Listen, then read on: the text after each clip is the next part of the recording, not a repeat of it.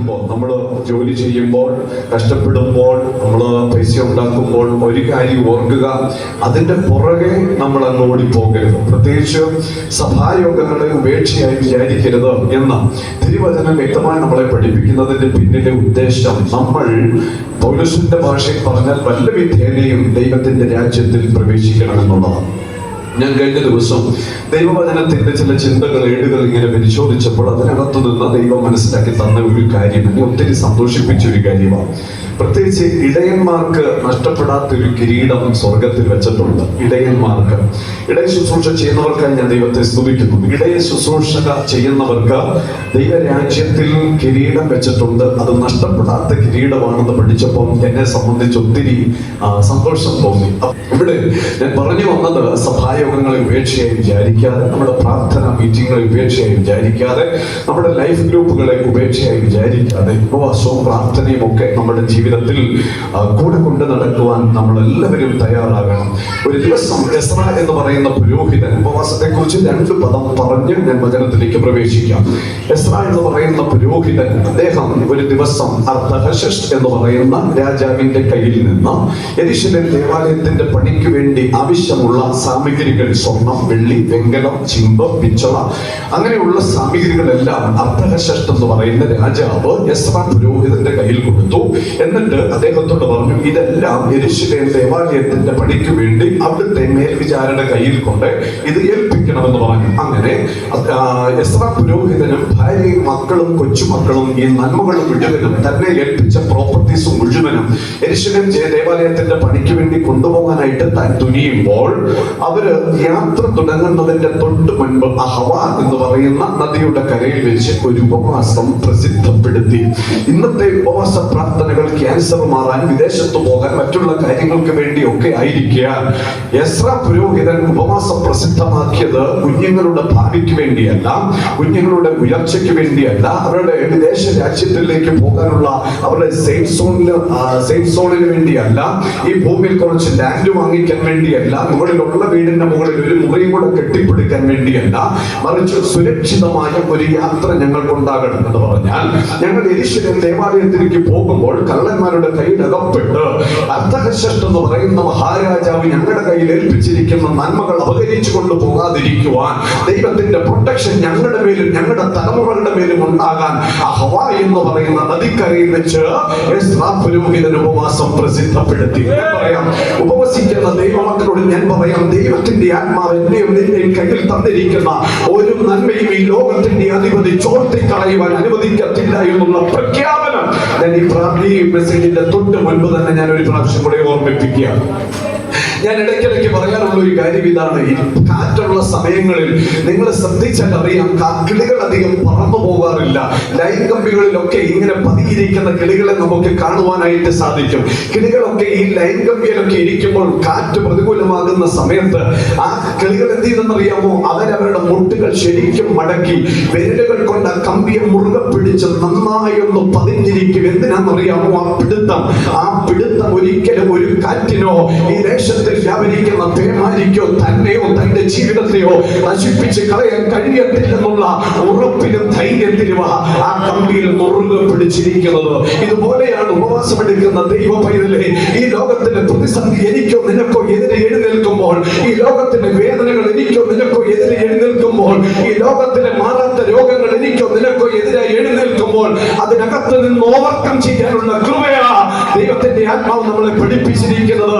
ഉപവസിക്കുക, പ്രാർത്ഥിക്കുക. അതുകൊണ്ട് ഉപവസിച്ചും പ്രാർത്ഥിച്ചും നേടുന്ന ഒരു നന്മകളും നഷ്ടപ്പെട്ടു പോകത്തില്ല. നമ്മുടെ കരമുയർത്തി ദൈവത്തെ ഒന്ന് മഹത്വപ്പെടുത്തുക. എത്ര പേര് ദൈവത്തെ സ്നേഹിക്കുന്നു, എത്ര പേര് ദൈവത്തെ ആരാധിക്കുന്നു. ഞാൻ ദൈവത്തെ മഹത്വപ്പെടുത്തുക. ഈ ഭൂമിയിൽ അതുകൊണ്ട് നമ്മൾ ഓടിച്ചാടി നടന്ന് കെട്ടിപ്പിടിക്കുന്ന ഒരു നന്മകളും നാം നിലനിൽക്കത്തില്ല. പക്ഷെ ഒന്നോർക്കണം, ദൈവത്തിന്റെ രാജ്യത്തിൽ കർത്താവ് ഒരുക്കിയിരിക്കുന്നു, നഷ്ടപ്പെടത്തുമില്ല. അത് നമുക്ക് പെർമനന്റ് ആയിട്ട് കിട്ടും. പാട്ടുകാരൻ ഇങ്ങനെയാണ് പാടിയത്, ഒന്നേയുള്ളെനിക്കാനന്ദമുലകിൽ യേശുവിൻ സന്നിധിയണയുന്നതേ, ഒന്നേയുള്ളെനിക്കാനന്ദമുലകിൽ യേശുവിൻ സന്നിധി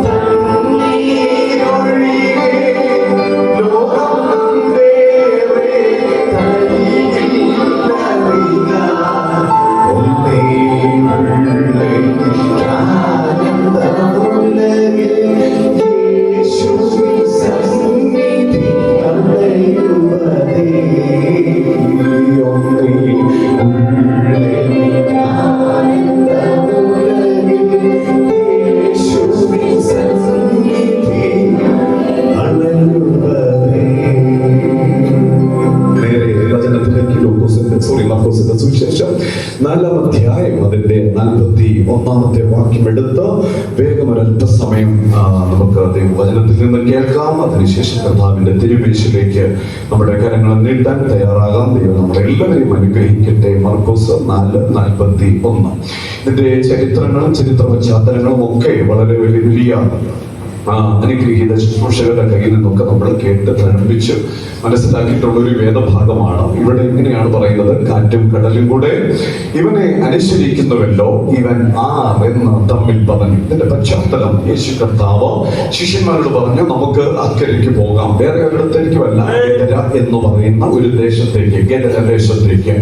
ഈ ഗദര എന്ന് പറയുന്ന ദേശത്ത് തെക്കപ്പുലി നാട്ടിൽ നിന്ന് നാടുകടത്തപ്പെട്ട അപ്പനും അമ്മയും സഹോദരങ്ങളും ഉപേക്ഷിച്ച ഒരു ചെറുപ്പക്കാരൻ, മാനസിക വിഭ്രാന്തിയിൽ മാനസിക രോഗിയായ ഒരു മകനെ ഗദര എന്ന് പറയുന്ന ദേശത്തേക്ക് തള്ളിക്കളഞ്ഞു. അവന് ആ മകനെ കുറിച്ച് പറഞ്ഞാൽ അവന്റെ ശരീരം മുഴുവനും ഇരുമ്പ് കൊണ്ട് അല്ലെങ്കിൽ ചങ്ങലകൾ കൊണ്ട് ബന്ധിച്ച് അവനെ ഒരിടത്ത് കൂട്ടിയിട്ടിരിക്കുകയായിരുന്നു. പക്ഷേ മാനസിക രോഗിയെ സ്വയം തന്നെത്താൻ എന്ത് ചെയ്തു? ചങ്ങലകൾ കൊണ്ട് കല്ലിൽ തുരുമി ഇത് പൊട്ടിക്കാൻ ശ്രമിക്കുന്നു, കല്ലെടുത്ത് ശരീരത്തിൽ ഇടിക്കാനായിട്ട് ശ്രമിക്കുന്നു. അങ്ങനെ തന്റെ ശരീരത്തെ ചതച്ചു മുറിക്കുന്ന, തനിക്ക് തന്നെ അറിയത്തില്ല താൻ എന്തെല്ലാം ചെയ്യുന്നെന്ന്, അങ്ങനെയുള്ള ഒരു ചെറുപ്പക്കാരനെ തെക്കപ്പുലി എന്ന് പറയുന്ന നാട്ടിൽ നിന്ന് നാടുകടത്തി ഗദര എന്ന് പറയുന്ന ദേശത്ത് ശവക്കല്ലറകളുടെ നാട്ടിൽ കൊണ്ട് ആക്കിയിരിക്കുക. ഇവിടെ യേശു കർത്താവ് ശിഷ്യന്മാരുമായിരിക്കുന്ന സമയത്ത് ഗദര ദേശത്ത് ബുദ്ധിമുട്ട് അനുഭവിക്കുന്ന ഈ ചെറുപ്പക്കാരനെ കണ്ടിട്ട് യേശു തന്റെ ശിഷ്യന്മാരോട് പറയാം, വാ നമുക്ക് അക്കരയ്ക്ക് പോകാം. അങ്ങനെ യേശു കർത്താവും ശിഷ്യന്മാരും കൂടെ ഗദര ദേശത്തെ ലക്ഷ്യമാക്കി. ശിഷ്യന്മാർക്ക് അറിയത്തില്ല അവർ യാത്ര ചെയ്യുന്ന ഗദര ദേശത്തേക്കാണോ ഇല്ലയോ എന്ന്. യേശു പറഞ്ഞു, കയറി അവർ യാത്ര ചെയ്യുക. അവർ യാത്ര ചെയ്തുകൊണ്ടിരിക്കുന്ന സമയത്ത് ഒരു വലിയ കാറ്റും കോളും ഉണ്ടായി. അങ്ങനെ തിരമാല തള്ളിക്കയറ് ഈ പടക് മുങ്ങുമാറായപ്പോൾ യേശു കർത്താവിനെ അവർ വിളിച്ചുണർത്തുന്ന ഒരു ഭാഗമുണ്ട്. യേശു കർത്താവ് ഈ ഭയപ്പെട്ട് നിൽക്കുന്ന 12 ശിഷ്യന്മാരുടെ നടുവിൽ പടകിൽ എഴുന്നേറ്റ് നിന്ന് കാറ്റിനെ ശാസിച്ചു. കടലിനോട് പറഞ്ഞു, അനങ്ങാതിരിക്കുക, അടങ്ങുക എന്ന് പറഞ്ഞു. അങ്ങനെ കാറ്റും കടലും ശാന്തമായി. അതാണ് പശ്ചാത്തലം. കാറ്റും കടലും ശാന്തമായി കഴിഞ്ഞപ്പോൾ ഈ ശിഷ്യന്മാർ അങ്ങോട്ടും ഇങ്ങോട്ടും നോക്കിയിട്ട് പറയുകയാണ്, കാറ്റും കടലും കൂടെ ഇവനെ അനുസരിക്കുന്നുവല്ലോ, ഇവൻ ആരാണ്? കാറ്റും കടലും കൂടെ യേശുവിനെ അനുസരിക്കുന്നുവല്ലോ, ഈ യേശു ആരാണ്? ഹല്ലേലൂയ. യേശുവിനെ കുറിച്ച് പറഞ്ഞാൽ കുറെ പറയാനായിട്ടുണ്ട്. യേശു കർത്താവിന് പ്രകൃതിയുടെ മേൽ അധികാരമുണ്ട്. യേശു കർത്താവിന് മരണത്തിന്റെ മേൽ അധികാരമുണ്ട്. യേശു കർത്താവിന് രോഗികളുടെ മേൽ അധികാരമുണ്ട്. യേശു കർത്താവ് സകല അധികാരത്തിന്റെ മുകളിൽ വസിക്കുന്നവനാണ്.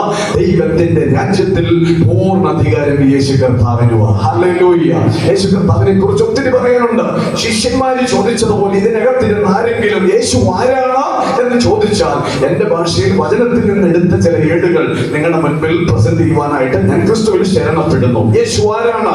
യോഹന്നാന്റെ സുവിശേഷം 17-ാം അധ്യായം വേഗം പടപടാന്ന് എടുത്ത് വായിക്കാമെങ്കിൽ ഏകദേശം അരമണിക്കൂർ കൊണ്ട് തന്നെ ഞാൻ മെസ്സേജ് ഇവിടെ അവസാനിപ്പിക്കാം. വായിക്കാമോ? യോഹന്നാന്റെ സുവിശേഷം അത് 17-ാം അധ്യായമാണ്. അതിന്റെ 3-ാമത്തെ വാക്യം. യേശു ആരാണ്? ഈ തലക്കെട്ട് മറന്നു പോകരുത്. നിങ്ങളൊന്ന് കുറിച്ചിടാൻ പറ്റുമെങ്കിൽ നന്നായിരിക്കും. ആ കൂട്ടത്തിൽ തന്നെ ഈ റെഫറൻസ് ഒന്ന് നോട്ട് ചെയ്താൽ വളരെ നന്നായിരിക്കും. ഇവിടെ 1-2 സമ്മാനം പൊതിഞ്ഞ് വെച്ചിട്ടുണ്ടായിരുന്നു, കാണുന്നില്ല. ഓക്കെ, കഴിഞ്ഞ ആഴ്ചത്തെ റെഫറൻസ് ഒക്കെ ഒന്ന് ചോദിക്കണമെന്നുണ്ടായിരുന്നു. ഓക്കെ, വായിക്കാമോ? യോഹന്നാന്റെ സുവിശേഷം 17-ാം അധ്യായം അതിന്റെ 3-ാമത്തെ വാക്യം വേഗം ഒന്ന് വായിച്ചാട്ടെ. മൈക്കിനകത്തോടെ വായിച്ചോ മോളെ, വളരെ നന്നായിട്ട് വായിച്ചു. ഏകസത്യ ദൈവമായ നിന്നെയും നീ അയച്ചിരിക്കുന്ന യേശുക്രിസ്തുവിനെയും അറിയുന്നത് തന്നെ നിത്യജീവൻ. ഇതിന്റെ ആദ്യത്തെ പദം ഞാൻ ഒന്ന് തൊടുകയാണ്. ഏകസത്യ ദൈവമായ നിന്നെയും. ഇത് ഉദ്ദേശിക്കുന്നത് പിതാവിനെ ആണെങ്കിലും ഞാൻ ഒരു കാര്യം വചനത്തിൽ കൂടി തെളിയിക്കാൻ ഒരുപാട് വാക്യങ്ങളുണ്ട്. പക്ഷെ അത് ഞാൻ തൊട്ടെടുക്കാതെ ഈ പദത്തെ നിർത്തി ഞാൻ ഇവിടെ പറയുകയാണ്. യേശു കർത്താവ്. ഈ ശിഷ്യന്മാര് ചോദിച്ചു, ഈ കാറ്റും കടലും കൂടെ ഇവനെ അനുസരിക്കുന്നുവല്ലോ, ഇവൻ ആരാണ് എന്നുള്ള ചോദ്യം. ആ ചോദ്യത്തിന്റെ ഒറ്റ മറുപടി യേശു കർത്താവിന്റെ പേര് ചേർത്ത് ഞാൻ പറയാം. യേശു ക്രിസ്തു ഏക സത്യ ദൈവമാണ്. ഹല്ലേലൂയ. ഈ യേശു കർത്താവിൽ വരാൻ, ഈ യേശു കർത്താവിൽ ജീവിക്കാൻ സർവശക്തനായ ദൈവം തന്ന ഭാഗ്യം ചില്ലറയല്ല കേട്ടോ. അതിന് പിന്നിൽ വില കൊടുത്ത ഒരു കർത്താവുണ്ട്. ആ കർത്താവിനായിട്ട് ഞാൻ ദൈവത്തിന് നന്ദി പറയുക. ഇവിടെ യേശു കർത്താവ് ആരാണെന്ന് അറിയാമോ? ഒന്നാമത്തെ പോയിന്റ്, യേശു കർത്താവ് ഏക സത്യ ദൈവം ആകുന്നു. 33 കോടി ദൈവങ്ങൾ ഈ ഭൂമിയിൽ ഉണ്ടെന്ന് ഹൈന്ദവ ചരിത്രങ്ങൾ പ്രഖ്യാപനം നടത്തുമ്പോൾ അതിനെ വെട്ടിക്കളഞ്ഞുകൊണ്ട് ഞാനൊരു പ്രഖ്യാപനം കൊണ്ടുവരികയാണ്. കാലകാലാന്തരങ്ങൾക്ക് അപ്പുറത്തായി കാലത്തെ വെല്ലുവിളിച്ച് താണഭൂമിയിൽ ജഡത്തിൽ മനുഷ്യനായി മറിയയുടെ ഉദരം കടമെടുത്ത് ഈ ഭൂമിയിൽ ജനിച്ച് 33 വയസ്സ് വരെയും ഈ ഭൂമിയിൽ ജീവിച്ച് മാനവകുലത്തിന് വേണ്ടി ശാപങ്ങളും വേദനകളും താൻ തന്റെ ശരീരത്തിൽ വഹിച്ച് 39 ചാട്ടുവാറിന്റെ അടി തന്റെ ശരീരത്തിൽ ഏറ്റുവാങ്ങി 9 ഇഞ്ച് നീളമുള്ള ഉരുക്കാണ് 2 കാലുകളിലും 2 കൈത്തണ്ടകളിലും കൂട്ടിത്തറച്ച് വിഷമുള്ള കിരീടം ശിരസിൽ തറച്ച് വിലാപ്പുറം കുത്തിത്തുളയ്ക്കുവാൻ ഏൽപ്പിച്ചു കൊടുത്ത് മാനവകുലത്തിന് വേണ്ടി ക്രൂശിൽ മരിച്ച് അരിമത്യക്കാരന്റെ യോസഫിന്റെ കല്ലറയിൽ അടക്കപ്പെട്ട് 3 നാൾ ഉയർത്തെഴുന്നേറ്റ് മാനവകുലത്തെ മുഴുവനും രക്ഷിക്കുവാൻ മരിച്ചടക്കപ്പെട്ടു ഉയർത്തെഴുന്നേറ്റ ഒരു സത്യമുണ്ട്. അവന്റെ പേര് ഏക സത്യ ദൈവം. ആ ദൈവത്തെ അറിഞ്ഞപ്പോ തന്നെ നമുക്ക് കിട്ടിയതെന്താണെന്ന് അറിയാമോ? നിത്യജീവൻ. ഉലക മഹാന്മാർ അഖിലരും ഒരുപോലെ കല്ലറയ്ക്കകത്ത് ഉറങ്ങിക്കിടക്കുമ്പോൾ യേശു കർത്താവിന്റെ കല്ലറ ഇന്നും തുറന്നു കിടക്കുക. എന്തുകൊണ്ടാ യേശുവിന്റെ കല്ലറ തുറന്നു കിടക്കുന്നെന്ന് അറിയാമോ? യേശു കല്ലറയ്ക്കകത്ത് ഒതുങ്ങുന്നവനല്ല. യേശു നമുക്ക് വേണ്ടി ദൈവത്തിന്റെ രാജ്യത്തിൽ നമ്മെ സ്വീകരിക്കുവാനായിട്ട് നിൽക്കുകയാണ്. ഒരു ദിവസം യേശുവിന്റെ ശിഷ്യന്മാരെ മുഴുവനും കർത്താവിന്റെ വേല ചെയ്ത് മേശയിൽ ഇരുന്ന് ഭക്ഷിച്ചോണ്ടിരിക്കുമ്പോ അവര് പോയ വഴി, കണ്ട വഴി, കേട്ട വഴി, ചെയ്ത കാര്യങ്ങളൊക്കെ പരസ്പരം അങ്ങോട്ടും ഇങ്ങോട്ടും പറഞ്ഞപ്പോൾ മേശമേൽ ശുശ്രൂഷിക്കുന്ന സ്തേഫാനോസ്, ഞാൻ ഇടയ്ക്ക് പറയാറുള്ളതാ, സ്തേഫാനോസ് ഈ ചരിത്രമെല്ലാം കേട്ടിട്ട് തന്റെ ഹൃദയത്തിനകത്തൊരു വെളിപ്പാട്, എനിക്ക് യേശുവിനെ ഒന്ന് പ്രസംഗിക്കണം. തന്റെ മുമ്പിൽ കിട്ടിയ ഒരു അവസരം, ജനത്തിന്റെ നടുവിൽ ഒരു തെരുവീതിയിൽ ഇറങ്ങി നിന്നിട്ട് സ്തേഫാനോസ് എന്തെന്നറിയാമോ?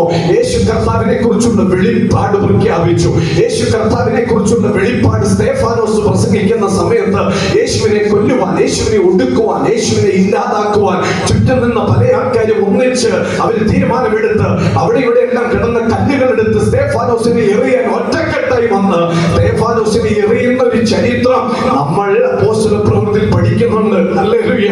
യേശു കർത്താവിനെ പ്രസംഗിച്ചു എന്നുള്ള പേരിൽ തന്നെ കൊല്ലാൻ ഗൂഢാലോചന നിരൂപിച്ച് കല്ലുമായി വന്നവരെ കണ്ടിട്ടും സ്തേഫാനോസ് തന്നെ പ്രസംഗം നിർത്തിയില്ല. സ്തേഫാനോസിന്റെ ശരീരത്തിലേക്ക് അവിടുന്നും ഇവിടുന്നും ഏറെ വന്നിട്ടും സ്തേഫാനോസ് പ്രസംഗം നിർത്തിയില്ല. തന്റെ ശരീരത്തിലേക്ക് ചീളുകൾ ആഞ്ഞു പതിക്കുമ്പോഴും ശരീരത്തിനുണ്ടാകുന്ന മുറിവിൽ കൂടി രക്തമൊഴുകുന്ന സമയത്തും താൻ ക്ഷീണിതനായി വീണു പോകുമെന്ന് തോന്നിയിട്ടും സ്തേഫാനോസ് പ്രസംഗം നിർത്തിയില്ല. സ്തേഫാനോസിന് അറിയാമായിരുന്നു, ഇതല്ലാതെ വേറെ ഒന്നും ഈ ഭൂമിയിൽ ഉണ്ടാകത്തുമില്ല, ഇതല്ലാതെ വേറെ ഒന്നും നിലനിൽക്കത്തില്ല. അതുകൊണ്ട് ഒരവസരം കിട്ടിയാൽ യേശുവിനെ പ്രസംഗിക്കാൻ തയ്യാറായിക്കോ, അതാ നമ്മുടെ ജീവിതത്തിൽ ഏറ്റവും വലിയ ഭാഗ്യം. ഇവിടെ സ്തേഫാനോസ് താൻ ശാരീരികമായ വിവശതയിൽ താൻ വീണ് കിടക്കുന്ന സമയത്ത് താൻ കാണുന്ന ഒരു കാഴ്ചയോട് എന്താണെന്നറിയാമോ? തന്റെ മരണത്തെ നോക്കിക്കൊണ്ട് തന്റെ ആത്മാവിനെ സ്വീകരിക്കുവാൻ പിതാവായ ദൈവത്തിന്റെ വലതുഭാഗത്ത് പുത്രൻ തമ്പുരാൻ 2 കരവും നീട്ടി നിൽക്കുന്ന ഒരു സ്വപ്നമാ ഈ സ്തേഫാനോസ് മറിഞ്ഞു വീഴുന്ന സമയത്ത് കാണുന്നത്. ദൈവമക്കളെ, യേശു കർത്താവ് മാത്രമേ ഉള്ളൂ ഏക സത്യ ദൈവം. ഈ ഏക സത്യ ദൈവത്തിന് വേണ്ടി ജീവിതം കൊടുത്ത് ആ കർത്താവിന് വേണ്ടി ജീവിപ്പാൻ തയ്യാറായാൽ അതിനേക്കാൾ അപ്പുറം വേറെ ഒരു ഭാഗ്യമോ പദവിയോ ഇല്ല.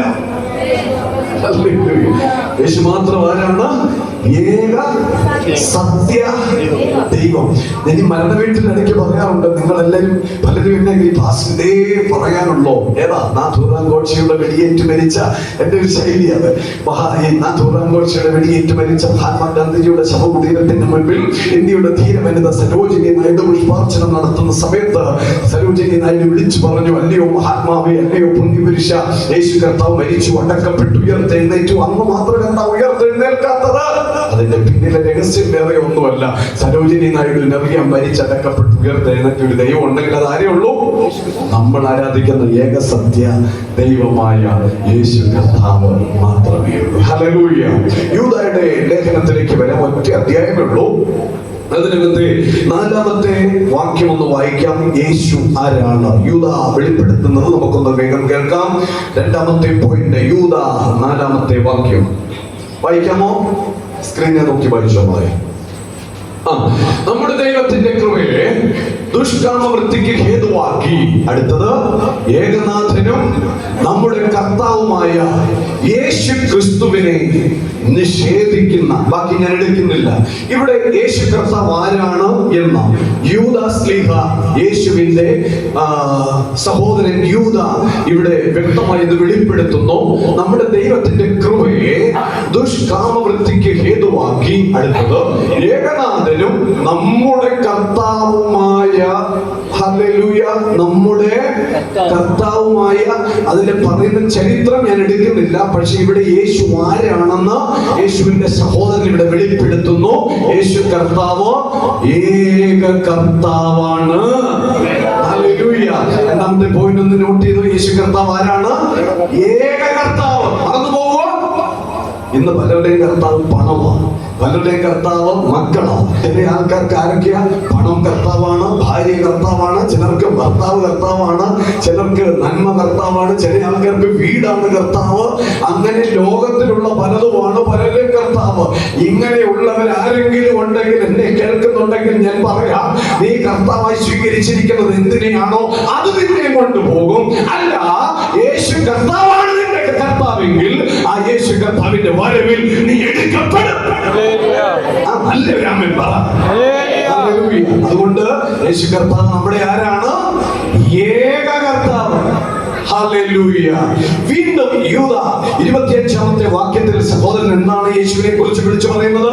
വേഗം ഒന്ന് വായിക്കാം. 25-ാമത്തെ വാക്യം, നമ്മുടെ കർത്താവായ യേശു ക്രിസ്തു മുഖാന്തരം നമ്മുടെ രക്ഷിതാവായ, എന്താ പറഞ്ഞിരിക്കുന്നത്? രക്ഷിതാവ് അല്ലെങ്കിൽ യേശുവാണ് ഏക രക്ഷകൻ.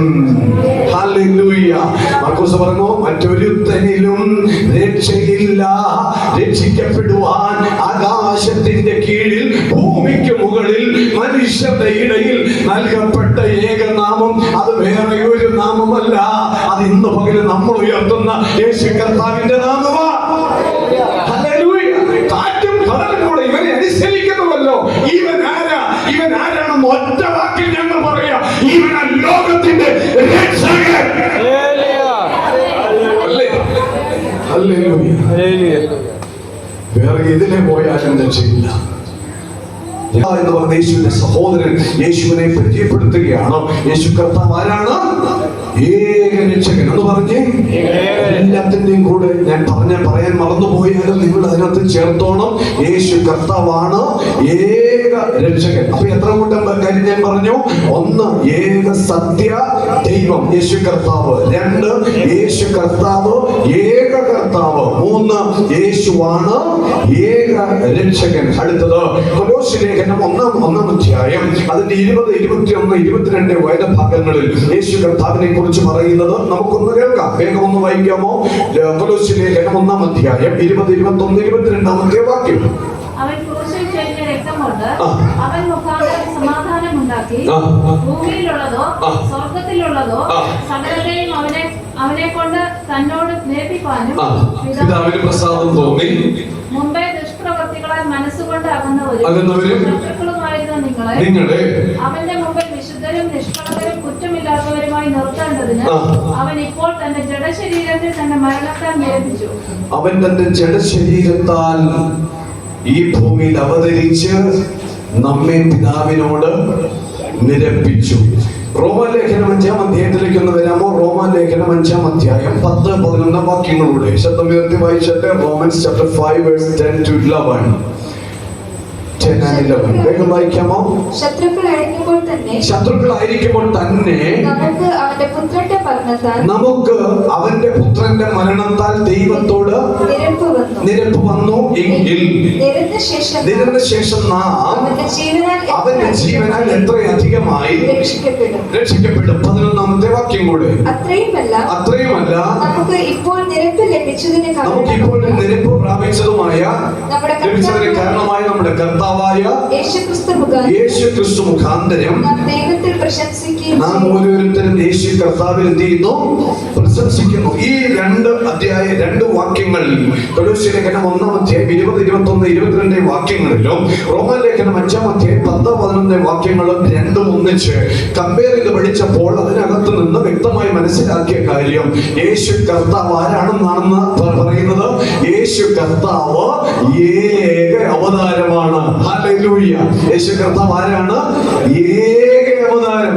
ഹൈന്ദവ ചരിത്രങ്ങളൊക്കെ പഠിക്കുമ്പോൾ അതിനകത്ത് ഒരുപാട് അവതാരങ്ങളെ നമുക്ക് കാണാനായിട്ട് സാധിക്കും. എന്നാൽ നമ്മളെ സംബന്ധിച്ച് ഈ ഭൂമിയിൽ ഏകമായി അവതരിച്ച, ഒറ്റയായി അവതരിച്ച ഒരു അവതാരകൻ ഉണ്ടെങ്കിൽ വേറെ ആരുമല്ല, അത് യേശു കർത്താവ് മാത്രമാണ്. ഹല്ലേലൂയ. സംസ്കൃതത്തിന്റെ പദമാണ് അവതാരം എന്ന് പറയുന്നത്. അവതാരം, അവതാരം, അവതരിക്കുക എന്നുള്ളത് ഒരു സംസ്കൃത വാക്കാണ്. ഇതിന്റെ അർത്ഥം ഇങ്ങനെയാണ്, സംസ്കൃത വാക്കിൽ കൊടുത്തിരിക്കുന്നത് ഇങ്ങനെയാണ്: നല്ലത് ചെയ്യാൻ വന്നവൻ. ഹല്ലേലൂയ. നല്ലത് ചെയ്യാൻ വന്ന ഒരു അവതാരം ഈ ഭൂമിയിൽ ഉണ്ടെങ്കിൽ അതാരായിരിക്കും ദൈവമക്കളെ? ഏക രക്ഷകനായ, ഏക സത്യ ദൈവമായ യേശു കർത്താവ് അല്ലാതെ വേറെ ഒരു അവതാരമില്ല. ഹല്ലേലൂയ. അതുകൊണ്ട് നമ്മൾ ഇത് മനസ്സിനകത്ത് നോട്ട് ചെയ്തോണം. ബസ്സിലൊക്കെ കയറുമ്പോൾ, വാഹനത്തിൽ പോകുമ്പോൾ, കൂട്ടുകാരൊക്കെ കൂടി ഇരിക്കുമ്പോൾ, നല്ല ഹോട്ടലിൽ ഭക്ഷണം കഴിച്ചൊക്കെ ഇരിക്കുമ്പോൾ അവിടെ നമുക്ക് എന്ത് ചെയ്യാൻ പറ്റണം? ഈ അവതാരത്തെ ഒന്ന് പരിചയപ്പെടുത്താൻ പറ്റണം. ഹല്ലേലൂയ. ഏത് സാഹചര്യത്തിലാണോ നമുക്കൊരു അവസരം ദൈവം തരുന്നത്, അവിടെ നമ്മൾ യേശുവിനെ ഒന്ന് പ്രസന്റ് ചെയ്യണം. നല്ലത് ചെയ്യാൻ വന്നവൻ, അവൻ ആരാണ്? യേശു കർത്താവ്. ഹല്ലേലൂയ. ഒന്ന് നോക്കണേ, നമ്മുടെ ജീവിതം വെച്ച് നോക്കിയാൽ എന്തിനെങ്കിലും കൊള്ളുമായിരുന്നോ? നടന്നു ചെയ്ത പാപം, കൈകൊണ്ട് ചെയ്ത പാപം, ഇരുട്ടിന്റെ രാജ്യത്തിൽ കഴിഞ്ഞത്, അപ്പനാരാണെന്ന് തിരിച്ചറിയാനുള്ള കാലം, അമ്മയാരാണെന്ന് തിരിച്ചറിയാനുള്ള കാലം, സഹോദര ബന്ധങ്ങൾ എന്താണെന്ന് തിരിച്ചറിയാൻ ഒരു കാലഘട്ടത്തിൽ, ഇരുട്ടിന്റെ രാജ്യത്തിൽ കണ്ണുകൾ മൂടിക്കെട്ടി, മനസ്സിനെ ഹൃദയത്തെ മൂടിക്കെട്ടി ഒരു കാലഘട്ടത്തിൽ നമ്മളെ ഇട്ടിരുന്നു. പക്ഷേ അതിനകത്ത് കിടന്ന് നരകിച്ച് നരകയാതനെ അനുഭവിച്ച് കെടാത്ത തീയും ചാകാത്ത പുഴുവും നിറഞ്ഞ അനുഭവത്തിൽ പോയി ഈ ആത്മാവ് ഞെരുങ്ങാതിരിക്കുവാൻ നമുക്ക് വേണ്ടി നല്ലത് ചെയ്യാൻ വന്ന അവതാര പുരുഷൻ കാൽവറിയിൽ മരിച്ചത് കൊണ്ട് നമ്മളൊക്കെ ദൈവരാജ്യത്തിന്റെ ഉടമകളായി മാറി. എത്ര ഭയങ്കരമാ യേശു കർത്താവ് ഏക അവതാരം. ഒന്ന് അങ്ങോട്ടും ഇങ്ങോട്ടും ഒന്ന് നോക്കിയിട്ട് പറഞ്ഞേ, യേശുവാണ് ഏക അവതാരം. ഒന്ന് പറഞ്ഞേ ഹല്ലേലൂയ. പറഞ്ഞു. ഇപ്പൊ എത്ര കൂട്ടം കാര്യം പറഞ്ഞു? 4 പറഞ്ഞു. ഒന്ന് പറയാമോ? ഇരിക്കുന്ന ഇരിപ്പിൽ ഇരുന്നോണ്ടൊന്ന് പറയാമോ? യേശു ഏക സത്യ, 2 ഏക കർത്താവ്, 3 ഏക രക്ഷകൻ, 4 ഏക അവതാരം. എത്ര ഭയങ്കരമാ! യേശുവിനെ കുറിച്ചുള്ള വെളിപ്പാട് നമ്മുടെ ഹൃദയത്തിൽ തളം കിട്ടുന്നെങ്കിൽ ഉണ്ടല്ലോ, അതാണ് നമ്മുടെ ജീവിതത്തിൽ ഏറ്റവും വലിയ ഭാഗ്യം. ഹല്ലേലൂയ. ഇല്ലെങ്കിൽ നമ്മുടെ ജീവിതം പോയി എന്നുള്ളതാണ്. 1 തിമോഥെയോസിന്റെ ലേഖനം 2-ാം അധ്യായം, 1 Timothy chapter 2 verse 5. 1 തിമോഥെയോസിന്റെ ലേഖനം 2-ാം അധ്യായം അതിന്റെ 5-ാമത്തെ വാക്യം. മറ്റൊരാൾ ഹീബ്രു ചാപ്റ്റർ 8 verse 6 ഒന്ന് വായിക്കാമോ? എബ്രായ ലേഖനം 8-ാം അധ്യായം 6. മറ്റൊരാൾ വായിക്കണം ആദ്യം. 1 തിമോഥെയോസിന്റെ ലേഖനം 2-ാം അധ്യായം അതിന്റെ 5-ാമത്തെ വാക്യം. ഇവിടെ വചനം പറയുന്നു, ദൈവം ഒരുവനല്ലോ, ദൈവത്തിനും മനുഷ്യർക്കും മധ്യസ്ഥൻ ആരാണ്? അപ്പൊ എനിക്കും പിതാവായ ദൈവത്തിന്റെയും ഇടയിൽ ഒരാൾ നിൽപ്പുണ്ട്, യേശു കർത്താവ്. ആ യേശുവാണ് നമുക്ക് വേണ്ടി മരിച്ചത്. ആ യേശുവിന്റെ പേരാണ് മധ്യസ്ഥൻ. ഹല്ലേലൂയ. അതുകൊണ്ട് നമ്മുടെ വ്യക്തിപരമായ പരസ്പരമുള്ള ജീവിതത്തിലെ പ്രശ്നങ്ങൾ തീർക്കാൻ മനുഷ്യനെ മധ്യസ്ഥതയിൽ കൊണ്ടുവരുന്നതിനേക്കാൾ എപ്പോഴും ആരെ കൊണ്ടുവന്നോണം? യേശുവിനെ കൊണ്ടുവന്നോണം. യേശുവിനെ ഇടയ്ക്ക് നിർത്തിക്കൊണ്ടാണ് നമ്മുടെ പ്രശ്നങ്ങൾ പരിഹരിക്കുന്നതെങ്കിൽ ആ പ്രശ്നം പരിഹരിക്കപ്പെടും. അല്ലാത്ത പക്ഷം മനുഷ്യനാണെങ്കിൽ ഒരുപക്ഷെ ആർക്കെങ്കിലും ഒരാൾക്ക് ദോഷം നിർബന്ധമായും ഉണ്ടായിരിക്കും, സത്യമായും സംഭവിക്കും. അതുകൊണ്ട് നമ്മുടെ പ്രശ്നം ആരുമായിട്ട് വേണം തീർക്കാൻ? യേശുവിനെ നിർത്തി വേണം തീർക്കാനായിട്ട്. ഹല്ലേലൂയ. ഇവിടെ തിമോഥെയോസിന്റെ ലേഖനത്തിൽ വ്യക്തമായി പൗലോസ് അപ്പോസ്തലൻ പറയുന്നു, യേശു ക്രിസ്തു വേറെ ആരുമല്ല, യേശു ക്രിസ്തു മാത്രം ഏക മധ്യസ്ഥൻ. ഹല്ലേലൂയ. ഹീബ്രുവിലേക്ക് വരാം. 8:6. അവനോ വിശേഷതയേറിയ വാഗ്ദത്തങ്ങളിൽ സ്ഥാപിക്കപ്പെട്ട നിയമത്തിന്റെ മധ്യസ്ഥനാകിയാൽ. എന്താ? നിയമത്തിന്റെ മധ്യസ്ഥനാകിയാൽ. ഒന്നുകൂടെ പറഞ്ഞേ, നിയമത്തിന്റെ മധ്യസ്ഥനാകിയാൽ, വചനത്തിന്റെ മധ്യസ്ഥനാകിയാൽ, ദൈവരാജ്യത്തിന്റെ മധ്യസ്ഥനാകിയാൽ, അതിന്റെ വിശേഷതയ്ക്കൊത്തവണ്ണം വിശേഷതയേറിയ ശുശ്രൂഷയും യേശു കർത്താവ് പ്രാപിച്ചിരിക്കുന്നു. ഹല്ലേലൂയ. യേശു ആരാണെന്നാണ് 5-ാമത്തെ വാക്ക് പറയുന്നത്?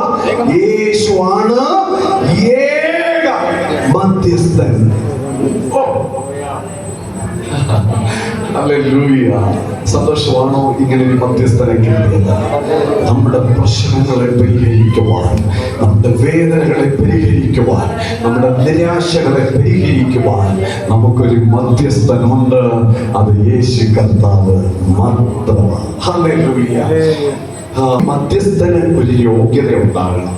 അത് ബൈബിൾ പഠിപ്പിക്കുന്നത് ഇങ്ങനെയാണ്. മധ്യസ്ഥന്റെ യോഗ്യത, എങ്ങനെയുള്ള മധ്യസ്ഥനാണ് ശരിയായ മധ്യസ്ഥൻ എന്നുള്ളതിനെ കുറിച്ച് ബൈബിള് തെളിയിക്കുന്ന ഒരു പ്രൂഫ് ഇതാണ്.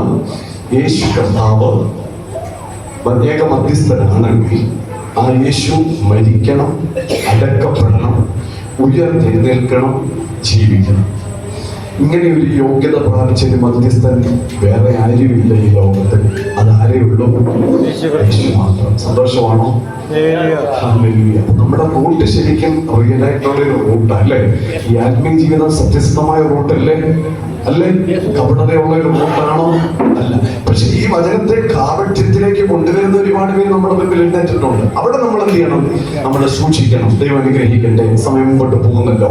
വെളിപ്പാട് പുസ്തകം 22-ാം അധ്യായം 3-ാമത്തെ വാക്യവും മാത്യു 4-ാം അധ്യായം 10 ഒന്ന് വായിക്കാമോ? മത്തായി 4:10 വെളിപ്പാട് 22:3 എന്താണ് യേശു കർത്താവിനെ കുറിച്ച് 6-ാമത്തെ പോയിന്റ് പറയുന്നത്? വേഗം ഒന്ന് വായിക്കാം. വെളിപ്പാടാണോ? 22:3. ഓക്കെ. യാതൊരു ശാപവും ഇനി ഉണ്ടാകത്തില്ല. ദൈവത്തിന്റെയും കുഞ്ഞാടിന്റെയും സിംഹാസനം അതിലിരിക്കും. അവന്റെ ദാസന്മാർ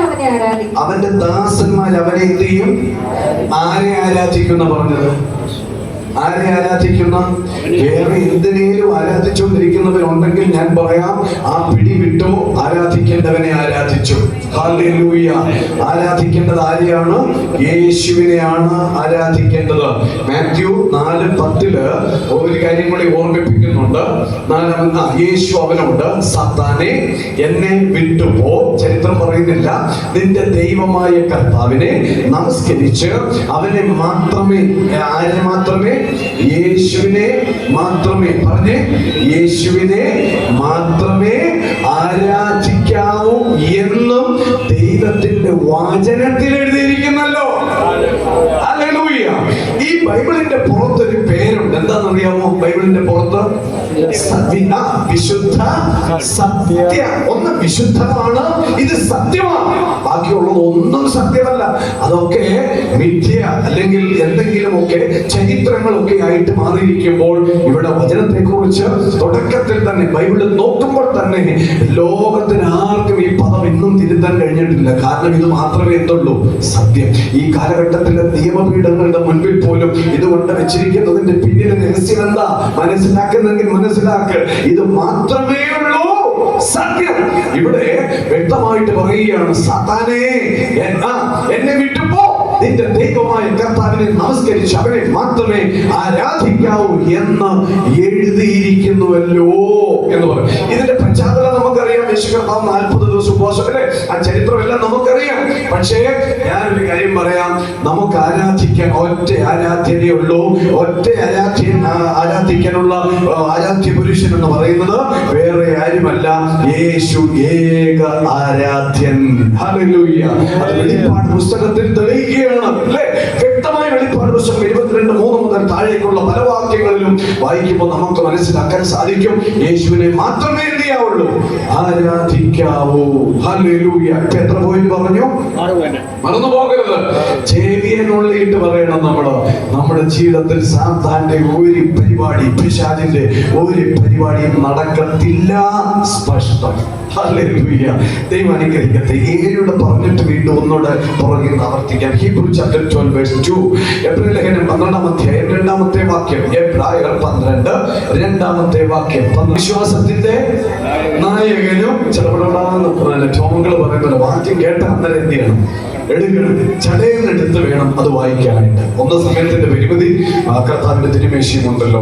വിശ്വാസത്തിന്റെ നായകനും പൂർത്തി വരുത്തുന്നവനുമായ യേശുവിനെ നോക്കുക. എന്നിട്ട് പറയുകയാണ്, തന്റെ മുമ്പിൽ വെച്ചിരുന്ന അപമാനം അലക്ഷ്യമാക്കി യേശു കർത്താവ് എന്ത് ചെയ്തു? ക്രൂശിനെ സഹിക്കുകയും ദൈവസിംഹാസനത്തിന്റെ വലത് ഭാഗത്ത് ഇരിക്കുകയും ചെയ്തു. ഇവിടെ തുടക്കത്തിൽ പറയുന്നു യേശു ആരാണ്? വിശ്വാസത്തിന്റെ, അതവിടെ നിൽക്കട്ടെ, യേശുവാണ് നമ്മുടെ ഏകനായകൻ.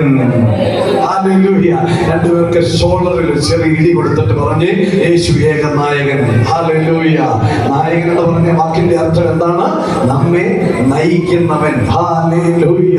നമ്മൾ രാജേഷ് എപ്പോഴും പറയുമ്പോ പറയും, ഈ കർത്താവിന്റെ കരുത്തെ മുറുകെ പിടിച്ചോണം, മുറുകെ പിടിച്ചോണം. കാരണം ആ കർത്താവിന്റെ കയ്യിൽ പിടിച്ചിട്ട് ആ കർത്താവ് പോകുന്ന വഴി കൂടെ പോകാമെങ്കിൽ നമ്മുടെ ലൈഫ് സക്സസ് ആയിരിക്കും. നമ്മൾ പോകുന്ന വഴി ഇന്ന് മിക്കവാറും ഘോഷ പ്രാർത്ഥനയിൽ നടക്കുന്ന എന്തുവാ? കർത്താവിന്റെ കയ്യെ പിടിച്ചിട്ട് ഇവൻ മുമ്പിൽ പോവാ അല്ലേ? Visa visa visa visa visa അല്ലേ? എന്നിട്ട് ഈ കർത്താവിനെ പുറകെ എനിക്ക് രോഗസൗഖ്യം വാങ്ങിച്ചതാ. അങ്ങനെയല്ല, കർത്താവ് മുമ്പിൽ പോട്ടെ. അതാ ഗ്രേസ് ഫാമിലി. ഹല്ലേലൂയ. നമ്മുടെ മുൻപിൽ ആരുണ്ടായിരിക്കട്ടെ? ഇല്ല, മിക്കവാറും ദൈവദാസന്മാര് പലരും അങ്ങനെ യേശുവിനെ പുറകെ പിടിച്ചോണ്ട് പോകുന്നവരെ എനിക്കറിയാം. പല കാര്യങ്ങളും നേടാൻ. പിന്നെ കഴിച്ചാൽ ഇന്നലെ പറഞ്ഞ പോലെ അവിടെ പോയ പോലെ അല്ലേ? അവിടെ നായകൻ ആരാണ്? പറന്നു പോകരുത്. യേശുവാണ് നമ്മുടെ നായകൻ. ഓക്കെ, എത്ര പോയിന്റ് ആയി? ഇപ്പം 7 മറന്നു പോകരുത്. ചെവിയെന്നുള്ളിൽ പറയണം. ഉറങ്ങുന്ന ഒരു സ്വന്തം പറഞ്ഞേ. ഒരാളിൽ ഉറങ്ങുന്നുണ്ടല്ലോ.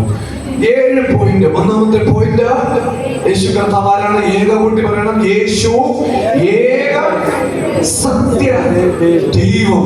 2, യേശു ഏക കർത്താവ്. 3, ഏക രക്ഷകൻ. 4, ഏക അവതാരം. 5, ഏക മധ്യസ്ഥൻ. 6, ഏക ആരാധ്യൻ. 7, ഏക നായകൻ. എട്ടാമത്തെ പോയിന്റ് കേൾക്കാൻ തയ്യാറാണോ? ഇഷ്ടമാണോ? ഒന്നുകൂടെ കേൾക്കണമെന്നുണ്ടോ യേശുവിനെ കുറിച്ച്? കേൾക്കണം. വായിക്കാമോ? 3-ാം അധ്യായം അതിന്റെ 3-ാമത്തെ വാക്യം. ഹീബ്രു 3:3. വേഗം ഒന്നെടുത്തേ. ഭവനത്തെക്കാളും ഭവനം ചമച്ചവന് അധികം മാനമുള്ളതുപോലെ യേശുവും മോശയെക്കാൾ അധികം മഹത്വത്തിന് യോഗ്യൻ എന്ന് എണ്ണിയിരിക്കുന്നു. ഇതിന്റെ പോയിന്റ് നിങ്ങൾ തന്നെ പിടിച്ച്. വായിച്ചാൽ പിടികിട്ടും അല്ലേ? വായിക്കാതിരിക്കരുത്. ഇന്നു മുതൽ വചനം പാരായണം ചെയ്യുന്നവരായിരിക്കണം നാം ഓരോരുത്തരും. ഹല്ലേലൂയ. മറ്റുള്ള TV പ്രോഗ്രാം, മറ്റുള്ള കഥാപുസ്തകങ്ങൾ എല്ലാം തൽക്കാലം ഒന്ന് മാറ്റിവെച്ചിട്ട് ദൈവവചനം വായിക്കാൻ നമ്മൾ എന്ത് ചെയ്യണം? സമയം കണ്ടെത്തണം. ഹല്ലേലൂയ. ഇവിടെ പറയുകയാണ് യേശു ഏക യോഗ്യൻ. ഹല്ലേലൂയ. വായിക്കാമോ? വെളിപ്പാട് പുസ്തകം 5-ാം അധ്യായം അതിന്റെ 2-ാമത്തെ വാക്യം, 4-ാമത്തെ വാക്യം, 9-ാമത്തെ വാക്യം, 12-ാമത്തെ വാക്യം. ഒന്നാമത്തെ താഴോട്ട് വേഗം വായിക്കാം. വെളിപ്പാട് പുസ്തകം 5-ാം അധ്യായം എടുത്തേ മോളെ. 2-ാമത്തെ വാക്യം. ആ പുസ്തകം തുറപ്പാനും മുദ്ര പൊട്ടിപ്പാനും യോഗ്യനാരുണ്ടോ എന്ന് അത്യുച്ചത്തിൽ ഘോഷിക്കുന്ന ശക്തനായ ഒരു ദൂതനെയും കണ്ടു. പുസ്തകം തുറപ്പാനോ നോക്കുവാനോ സ്വർഗത്തിലും ഭൂമിയിലും ഭൂമിക്ക് കീഴിലും ആർക്കും കഴിഞ്ഞില്ല. പുസ്തകം തുറന്ന് വായിപ്പാനെങ്കിലും അത് നോക്കുവാനെങ്കിലും. 2-ാമത്തെ വാക്യത്തിൽ ആരാണ്? യേശു യോഗ്യനാണെന്നാണ് പറയുന്നത് അല്ലേ? അതിന്റെ അർത്ഥം ഒരു അയോഗ്യതയും നമ്മളെ വെച്ച് നോക്കിയാലോ 100 പറയാനുണ്ട്. A4 പേപ്പർ എടുത്തിട്ട് നമ്മുടെ നല്ലതിനേക്കാൾ കൂടുതൽ എഴുതി പിടിപ്പിക്കാൻ ഞാൻ ആരുടെ മുഖത്തോട്ട് നോക്കുന്നില്ല. ഒരു 6-7 A4 പേപ്പർ എടുത്താൽ അയോഗ്യത മാത്രമായിരിക്കും ഏറ്റവും കൂടുതൽ. പക്ഷേ അയോഗ്യതകൾ ഇനി ഉണ്ടാകാതിരിക്കാൻ യോഗ്യതകൾ നമ്മുടെ ജീവിതത്തിൽ വരുവാൻ യോഗ്യനായ കർത്താവിനെ നോക്കി നമ്മൾ മുമ്പോട്ട് പോവുക. ഹല്ലേലൂയ. 4-ാമത്തെ വാക്യം ഒന്ന് വായിച്ച്. 5-4. പുസ്തകം തുറന്ന് വായിപ്പാനെങ്കിലും അത് നോക്കുവാനെങ്കിലും യോഗ്യനായി ആരെയും കാണാഞ്ഞിട്ട് ഞാൻ ഏറ്റവും അധികം എന്ത് ചെയ്തു? കരഞ്ഞു. പിന്നെ താഴോട്ട് 5-ാമത്തെ വാക്യം. അപ്പോൾ മൂപ്പന്മാരിലൊരുത്തൻ എന്നോട് കരയണ്ട, കരയണ്ട, കരയണ്ട. ആരുണ്ട്? യഹൂദാ ഗോത്രത്തിന്റെ സിംഹവും ദാവീദിന്റെ വേരുമായവൻ പുസ്തകവും അതിന്റെ 7 മുദ്രയും തുറപ്പാൻ ജയം പ്രാപിച്ചിരിക്കുന്നു എന്ന് പറഞ്ഞു. അതിന്റെ അർത്ഥം വേറെ ഒന്നുമല്ല. യോഗ്യനാരാണ്? യേശു കർത്താവ് മാത്രമാണ്. ഹല്ലേലൂയ. എത്ര ഭാഗ്യവാന്മാരാ നമ്മൾ. ക്രിസ്ത്യൻ ജീവിതം പോൽ ഭാഗ്യം പാരിലെന്തുള്ളൂ. അഞ്ചാമത്തെ വാക്യം 5:9. പുസ്തകം വാങ്ങുവാനും അതിന്റെ മുദ്ര പൊട്ടിപ്പാനും നീ യോഗ്യൻ.